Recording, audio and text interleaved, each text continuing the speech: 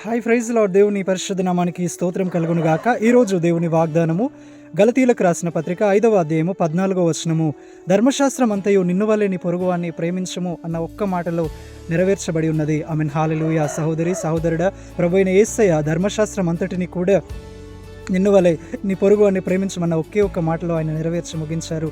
అవును, మనం ఇంకనూ పాపులమై ఉండగా ఆయన మనల్ని పాపుల్లాగా చూడలేదు. కానీ ఆయన వీళ్ళు పాపులు కదా, వీళ్ళు మనుషులు కదా, వీళ్ళతో నాకేంటిలే అని ఆయన చూడలేదు. కానీ వీళ్ళు నా కుమారులుగా ఉండాలి, నా కుమార్తెలుగా ఉండాలి, నాతో పాటు నిత్య జీవాన్ని అనుభవించాలి, పరలోకంలో ఉండాలి, నా రాజ్యంలో వీళ్ళందరూ స్వతంత్రులుగా ఉండాలి, అపవాది కోసం సిద్ధపరిచిన ఒక నరకానికి వీరు వెళ్ళకూడదు అని దేవుడు మనల్ని ఎంతగానో ప్రేమించి ఆయనే దాసుని స్వరూపం ధరించుకొని ఆయన సిలువలో మరణించి మనకు నిత్య జీవాన్ని ఇవ్వడానికి, పరలోకాన్ని ఇవ్వడానికి దిగి వచ్చిన దేవుడు. అవును, క్రీస్తు మనల్ని ఎంతగా ప్రేమిస్తున్నాడు ఆ సిలువలో చూపించాడు.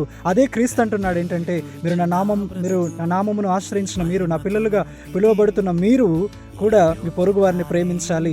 మీ సహోదరుడు చేసిన తప్పిదములను మీరు చూడకూడదు, మీ సహోదరుడు చేసిన దోషములను మీరు చూడకూడదు. నేను ఎలా అయితే మిమ్మల్ని ప్రేమించానో, నా నిత్య జీవానికి మిమ్మల్ని వారసులుగా చేశాను. క్రీస్తు శిలువ పైన కూడా చూడండి, వారంతగా ఆయనను హింసించిన, ఆయనను బాధించినా కూడా తండ్రి వీరు ఏం చేయించున్నారు, వీరు ఎరుగరు గనుక వీరిని క్షమించు అని ప్రేమతో వారిని క్షమించాడు, ప్రేమతో వారి విషయమే విజ్ఞాపన చేశాడు.